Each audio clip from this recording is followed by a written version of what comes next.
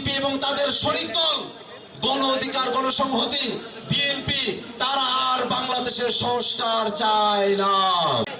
যখন বাংলাদেশের মানুষের উপরে ভোগান্তিগুলো চলছিল, ঠিক সেই সময়টাতে বাংলাদেশের সকল রাজনৈতিক দল, আওয়ামী লীগ এবং তাদের দোসর ছাড়া সবগুলো রাজনৈতিক দল, তখনকার বিএনপি, তখনকার জামাত, তখনকার গণ অধিকার, তখনকার গণসংহতি, সকল রাজনৈতিক দল তারা বাংলাদেশের সংস্কার চেয়েছিল, সংস্কারের পক্ষে অবস্থান নিয়েছিল।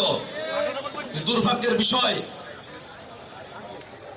আজ বাংলাদেশে নতুন একটা পরিস্থিতি, নতুন করে ভোট হয়েছে, কিন্তু ভোট হওয়ার পরে বিএনপি এবং তাদের শরিক দল গণ অধিকার গণসংহতি বিএনপি তারা আর বাংলাদেশের সংস্কার চায় না। ঐক্যমত্য কমিশনের আলোচনায় বসেছিলাম, বিএনপি তো কিছু কিছু বিষয়ে নোট অফ ডিসেন্ট দিয়েছিল, গণ অধিকার পরিষদ, গণসংহতি আন্দোলন তারা নোট অফ ডিসেন্ট তখন দেয় নাই, তারা তখন জনগণের পক্ষেই অবস্থান নিয়েছিল। কিন্তু এখন যখন তারা বিএনপির সাথে জোট করেছে, বিএনপির সাথে গিয়ে প্রতিমন্ত্রী হয়েছে, তারপরে এসে তাদের ওয়াদা তারা ভুলে গিয়েছে। বিএনপি যে সুরে কথা বলে, এখন গণ অধিকারও সেই সুরে কথা বলে, গণসংহতিও সেই সুরে কথা বলে। জুনায়েদ সাকিব ভাই সেই দিকে যায়, নুরুল হক নূর ভাইও সেই দিকে যায়। অথচ এটা হওয়ার কথা ছিল না।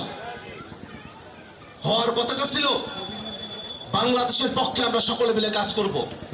কিন্তু দুর্ভাগ্যের বিষয়, এখন তারা আর সংবিধান সংস্কার পরিষদ মানে না, তারা এখন আর গণভোট মানে না। অথচ বাংলাদেশের ৭০% জনগণ তারা গণভোটে হ্যাঁ পক্ষে অবস্থান নিয়েছিল। গণভোট এখন আর জনগণের আকাঙ্ক্ষার বিষয় না। গণভোট বাংলাদেশে উৎসবে পরিণত হয়েছিল। গণভোটের মধ্য দিয়ে বাংলাদেশে একটা সিদ্ধান্ত এসেছে, গণভোটের সিদ্ধান্ত না বলা হলো জনগণের সিদ্ধান্তকে অমান্য করা। জনগণের সিদ্ধান্তকে অমান্য করে বাংলাদেশে কেউ জনগণের পক্ষে থাকতে পারে নাই। অতএব আমরা বিএনপি সরকারকে বলবো, যদি বলেন আপনারা জনগণের পক্ষে আছেন, তাহলে জনগণের দেওয়া গণভোটের রায় সেটা আপনাদেরকে বাস্তবায়ন করতে হবে। বাংলাদেশের যতগুলো প্রতিষ্ঠান আছে, কোন প্রতিষ্ঠান নাই যেটা তারা দখল করতেছে না।